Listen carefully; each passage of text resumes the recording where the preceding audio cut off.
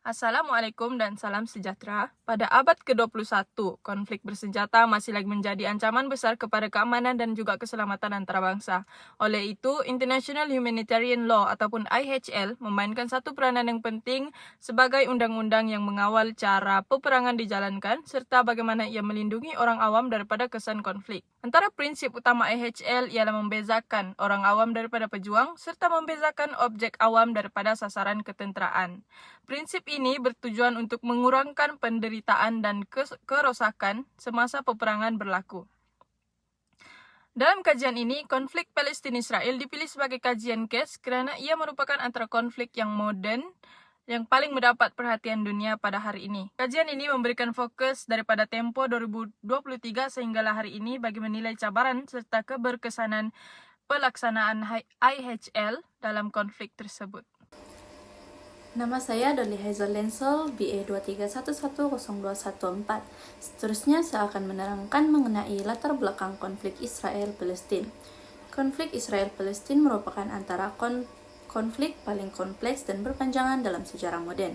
Konflik ini melibatkan pertikaian wilayah, identiti nasional, keselamatan, serta tafsiran undang-undang antara bangsa.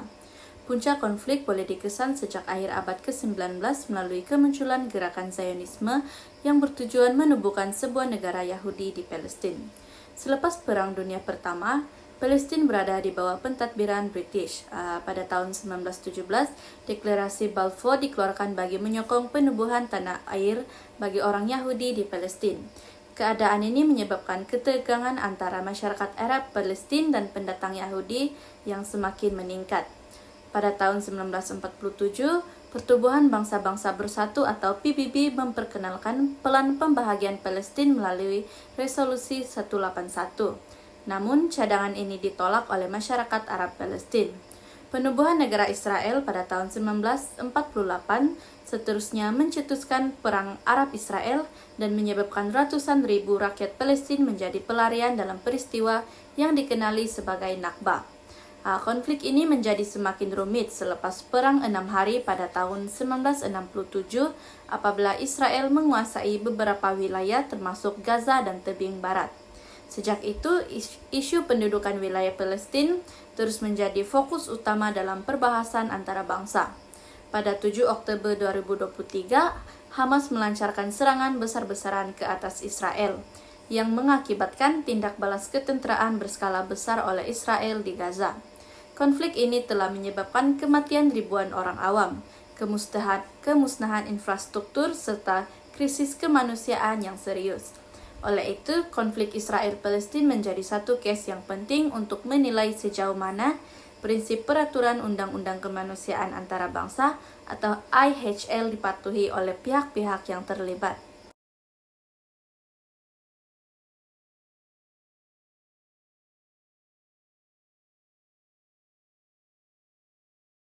Hai, Assalamualaikum. Nama saya Fatimah Farhana binti Abdul Zahid. Kak menteri saya BA 2316079.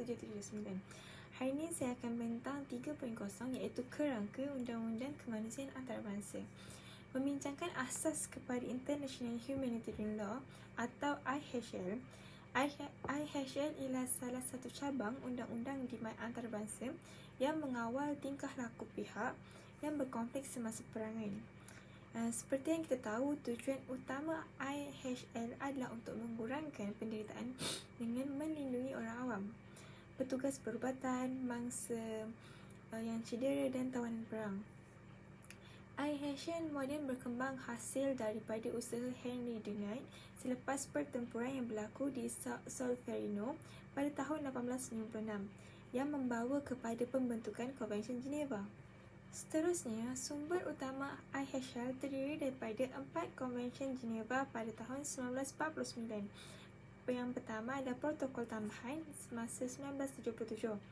Undang-Undang Kebiasaan Antarabangsa, Keputusan Mahkamah serta Pandangan Sarjana. Menurut Yoram Listin, prinsip-prinsip IHL tetap mengikat masyarakat antarabangsa walaupun tidak semua negara menandatangani setiap perjanjian. Dan selain itu, prinsip distinction mewajibkan pihak yang berperang membezakan antara kombatan dan juga orang awam, di mana hanya sasaran ketenteraan boleh diserang. Manakala, prinsip proportionality pula memastikan sesuatu tidak menyebabkan kematian atau kerosakan terhadap orang awam secara berlebihan berbanding kelebihan ketenteraan yang diperolehi.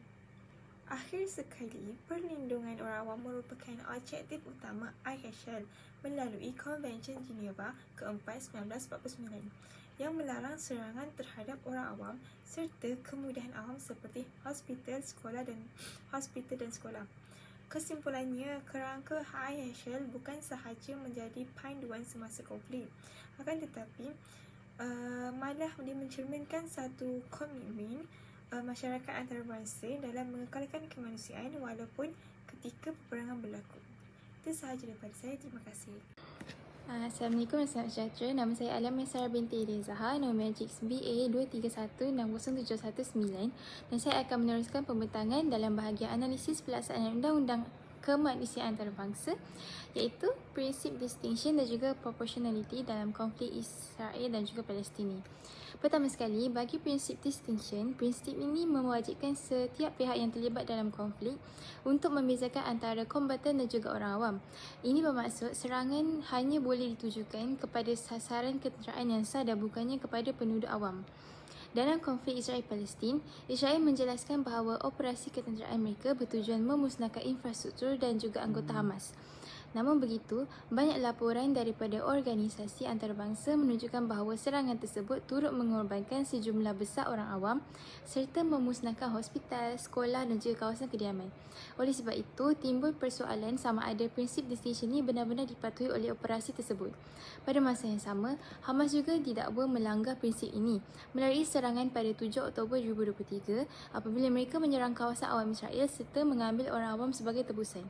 Tindakan ini jelas bertentangan dengan prinsip asas IHL yang melarang serangan secara langsung terhadap orang awam.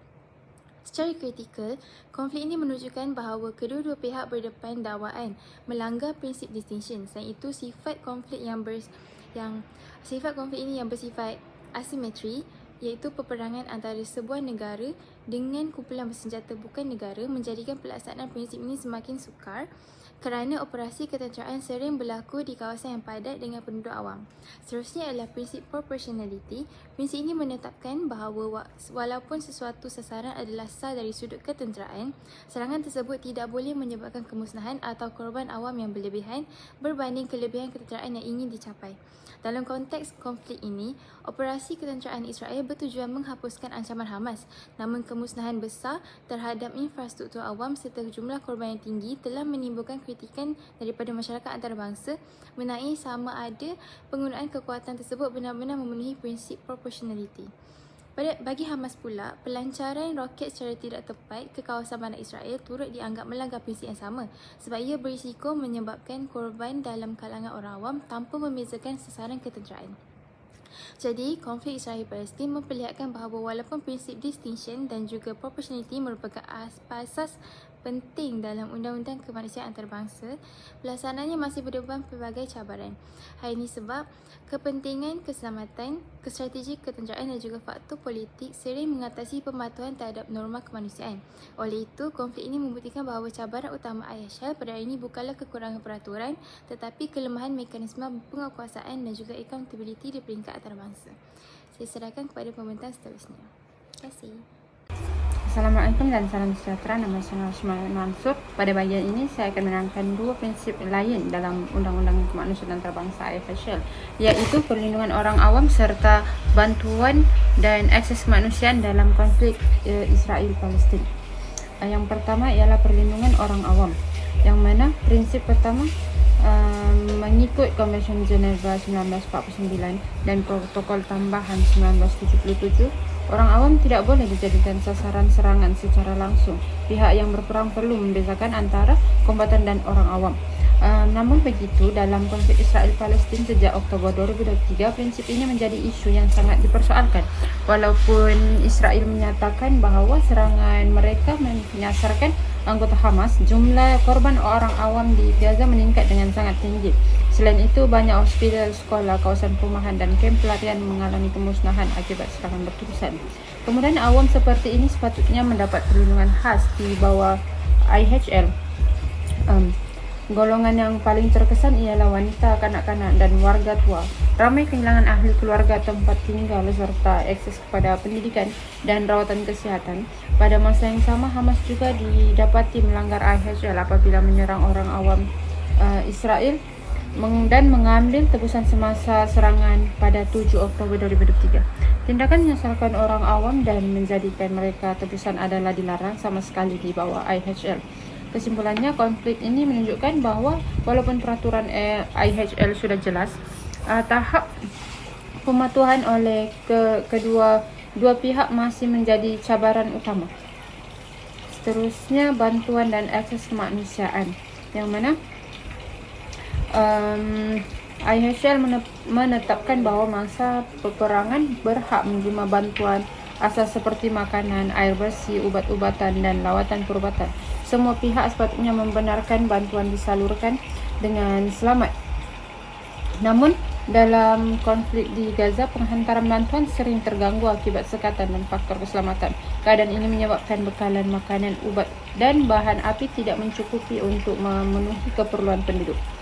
Selain itu, pekerja kemanusiaan dan anggota perubahan juga berdepan risiko keselamatan ketika menjalankan tugas. Ini menyukarkan organisasi seperti PBB dan ICRC untuk menyampaikan bantuan kepada massa. Kesan daripada kekurangan bantuan ini ialah banyak hospital menghadapi krisis ubat-ubatan, bahan api dan bekalan elektrik sehingga menjejaskan rawatan kepada pesakit. Oleh sebab itu, masyarakat antarabangsa telah berulang kali menyeru supaya gencatan senjata sementara dan koridor kemanusiaan diwujudkan bagi memudahkan penghantaran bantuan. Walau bagaimanapun, Israel mendapat kawalan ketat terhadap bantuan perlu dilakukan atas faktor keselamatan bagi mengelakkan bantuan digunakan oleh Hamas. Sebaliknya, Palestin dan pelbagai organisasi hak asasi manusia berpendapat sekatan tersebut memburukkan lagi penderitaan orang awam. Hal ini menunjukkan bahawa keperluan keselamatan dan tanggungjawab kemanusiaan masih sukar diseimbangkan. Itu saja, sekian, terima kasih. Seterusnya, saya akan membentangkan penilaian kritikal terhadap keberkesanan Undang-Undang Kemanusiaan Antarabangsa atau IHL. Dari aspek kekuatan, IHL menyediakan satu kerangka undang-undang yang jelas untuk mengawal tingkah laku pihak yang terlibat dalam konflik bersenjata. Melalui Konvensi Geneva atau protokol tambahan, IHL menetapkan hak serta tanggung jawab pihak yang berperang dan menjadi rujukan antarabangsa dalam menentukan sama ada sesuatu tindakan mematuhi undang-undang atau sebaliknya. Selain itu, IHL juga berperanan melindungi golongan rentan seperti orang awam, kanak-kanak, petugas perubatan, dan tawanan perang. Walaupun pelanggaran masih berlaku, kewujudan IHL membolehkan isu kemanusiaan mendapat perhatian masyarakat antarabangsa dan memberi tekanan kepada pihak yang terlibat untuk mematuhi prinsip kemanusiaan. IHL juga menyediakan asas kepada accountability antarabangsa. Sebarang dakwaan jenayah, perang atau pelanggaran undang-undang kemanusiaan boleh disiasat oleh badan seperti Mahkamah Jenayah Antarabangsa atau ICC. Namun begitu, IHL turut mempunyai beberapa kelemahan. Antaranya ialah kelemahan dari segi penguatkuasaan. Walaupun peraturan telah ditetapkan, pelanggaran masih berlaku kerana tiada badan antarabangsa yang mempunyai kuasa mutlak untuk memaksa semua pihak mematuhinya. Selain itu, konflik moden yang melibatkan kumpulan bersenjata bukan negara seperti Hamas turut menyukarkan pelaksanaan IHL. Penguatkuasaan terhadap kumpulan ini lebih mencabar kerana mereka tidak tertakluk kepada sistem yang sama seperti negara berdaulat. Seterusnya, perbezaan tafsiran mengenai klasifikasi konflik Israel-Palestin sama ada ia merupakan konflik bersenjata antara bangsa, konflik bersenjata bukan antara bangsa, atau konflik hybrid. Perbezaan tafsiran ini boleh menimbulkan ketidakpastian terhadap peraturan yang perlu digunakan. Akhir sekali, kepentingan politik dan geopolitik sering mempengaruhi pelaksanaan IHL. Dalam banyak keadaan, tindakan antarabangsa terhadap pelanggaran undang-undang kemanusiaan boleh terhalang oleh kepentingan politik negara-negara besar. Kesimpulannya, Walaupun IHL mempunyai beberapa kelemahan, ia masih merupakan instrumen paling penting dalam melindungi orang awam dan mengurangkan penderitaan manusia semasa konflik bersenjata. Sebagai kesimpulan, konflik Israel-Palestin menunjukkan bahwa pelaksanaan international humanitarian law masih lagi berhadapan dengan pelbagai cabaran. Pelanggaran prinsip IHL telah menyebabkan kehilangan nyawa, kemusnahan infrastruktur dan juga penderitaan orang awam. Walaupun keberkesanan IHL dibatasi oleh kelemahan penguatkuasaan dan juga faktor politik, undang-undang ini masih lagi penting sebagai asas untuk melindungi mangsa konflik. Oleh itu, kerjasama dan pemantauan antarabangsa perlu dilakukan bagi memastikan prinsip IHL boleh dipatuhi oleh semua pihak yang terlibat.